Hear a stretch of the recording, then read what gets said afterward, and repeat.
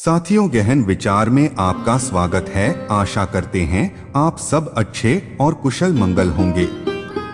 दोस्तों, मौन रहना भी एक अत्यधिक महत्वपूर्ण साधना है जिससे हम अपने आंतरिक शांति और आत्मसमझ को प्राप्त कर सकते हैं। मौन के माध्यम से हम अपने आत्मा की गहराइयों में जा सकते हैं और अपने अंतरात्मा के विचारों को समझ सकते हैं। यह हमें स्वयं की अधिक जानकारी प्राप्त करने में मदद करता है और हमारे आत्मविकास को प्रोत्साहित करता है। इस प्रकार सोच समझकर बोलना और मौन रहना दोनों ही व्यक्ति के आत्मा के साथ संवाद करने के अलग अलग तरीके हैं जो उसके व्यक्तिगत और आध्यात्मिक विकास में महत्वपूर्ण भूमिका निभाते हैं। अगर बहस करने वालों में एक व्यक्ति शांत रहे तो बहस कभी नहीं हो सकती। मौन सबसे अच्छा उत्तर है किसी ऐसे व्यक्ति के लिए जो आपके शब्दों को महत्व नहीं देता। शरीर का शोर सुनाई दे जाता है, कभी आराम से बैठकर, कभी आत्मा की भी सुनो।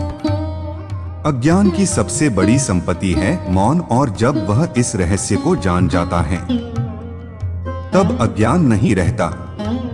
कब और कहाँ मौन रहना है, अगर इंसान यह सीख ले तो उसके जीवन की आधी समस्याएं अपने आप खत्म हो जाएंगी। मुझे कभी इसका खेद नहीं हुआ कि मैं मौन क्यों रहा, परंतु इसका खेद अनेक बार हुआ कि मैं बोल क्यों पड़ा। मौन नींद की तरह है, वह विवेक को ताजा रखता है। मौन रहकर मैं अन्य लोगों की कमियों को सुन लेता हूँ और अपनी कमियों को छिपा लेता हूँ।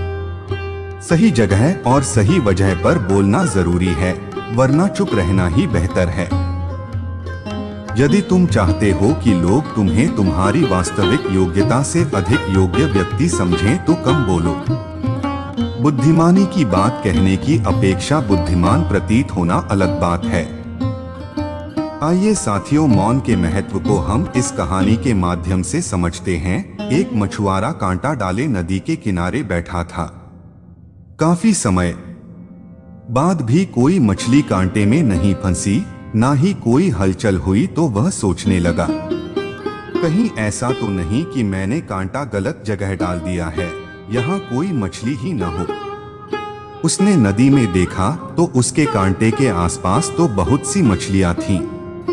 उसे बहुत आश्चर्य हुआ और सोचने लगा कि इतनी मछलियां होने के बाद भी कोई मछली फंसी क्यों नहीं। एक रास्ते चलते हुए व्यक्ति ने जब यह सब देखा तो मछुआरे से कहा, लगता है भैया यहाँ इस नदी पर मछली पकड़ने बहुत दिनों बाद आए हो। अब इस तालाब की मछलियां कांटे में नहीं फंसती। मछुआरे ने आश्चर्य से पूछा, क्यों भाई, ऐसा क्या है यहाँ? रास्ते चलने वाला व्यक्ति बोला, कुछ दिनों पहले इस नदी के किनारे एक बहुत बड़े संत ठहरे थे। उन्होंने यहाँ मौन के महत्व पर प्रवचन दिया था। उनकी वाणी में इतना तेज था कि जब वे प्रवचन देते तो सारी मछलियां बड़े ध्यान से प्रवचन सुनती। यह उनके प्रवचनों का ही असर है कि उसके बाद जब भी कोई इन्हें फंसाने के लिए कांटा डालकर बैठता है तो ये मौन धारण कर लेती हैं। जब मछली मुंह खोलेंगी ही नहीं तो कांटे में फंसेगी कैसे?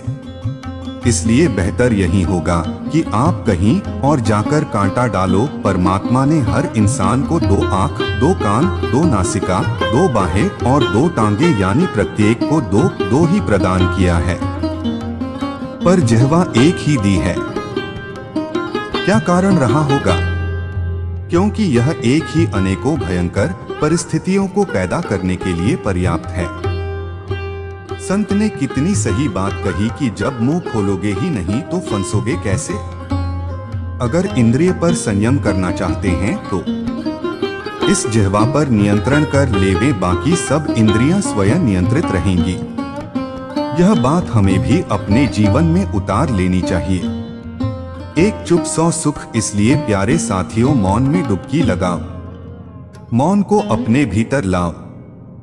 वहाँ शांति का परम राज्य है, दिव्य अनुभूति की रसधारा व शक्तियों का स्रोत है, जहाँ सब थकान, संताप और उदासी समाप्त हो जाती है। यह मौन बड़ा शुभ है जैसे मौन हमारे अंदर गहराएगा वैसे वाणी भी प्रमाणित होती चली जाएगी। उस बोलने में अत्यंत माधुर्य होगा, उसमें सत्य की सुगंध होगी और आपको अनुभव होगा कि बोलने पर भी आपका मौन खंडित नहीं होता। मौन जीवन में इतनी बड़ी घटना है कि अगर एक बार घट जाए तो जीवन ही परिवर्तित हो जाए। पहले भीतर विचार और बाहर मौन होता था और अब भीतर मौन और बाहर विचार होंगे। बस एक बार इसका प्रयोग तो करो, सफलता का कटीला मार्ग भी मंगलमय हो जाएगा।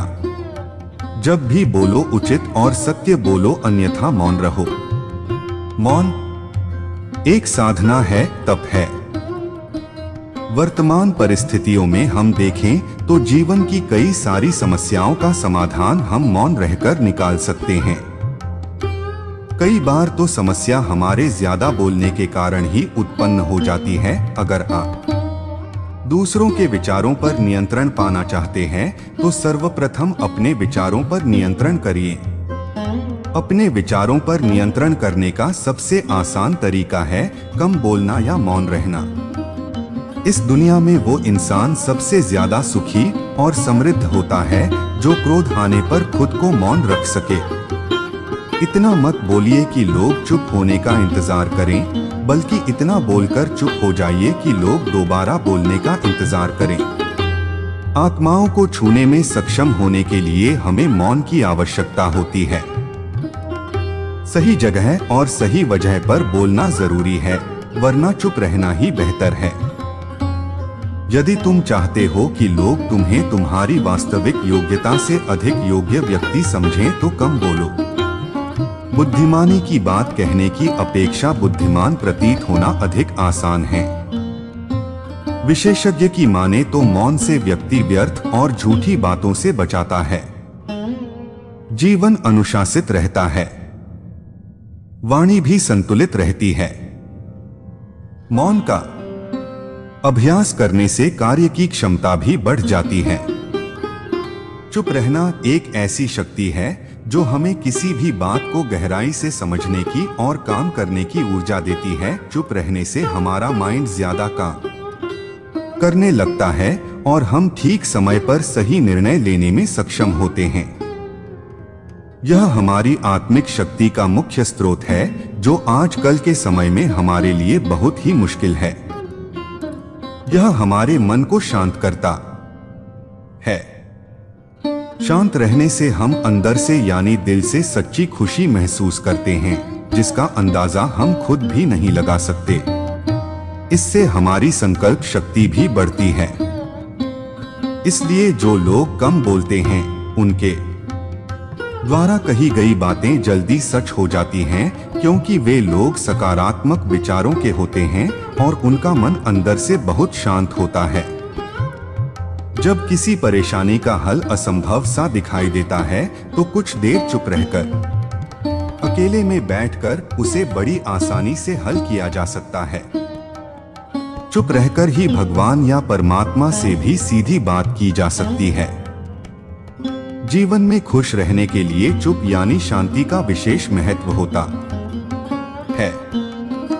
साथियों, अगर वीडियो अच्छी लगी हो तो हमारी वीडियो को लाइक और चैनल सब्सक्राइब करें।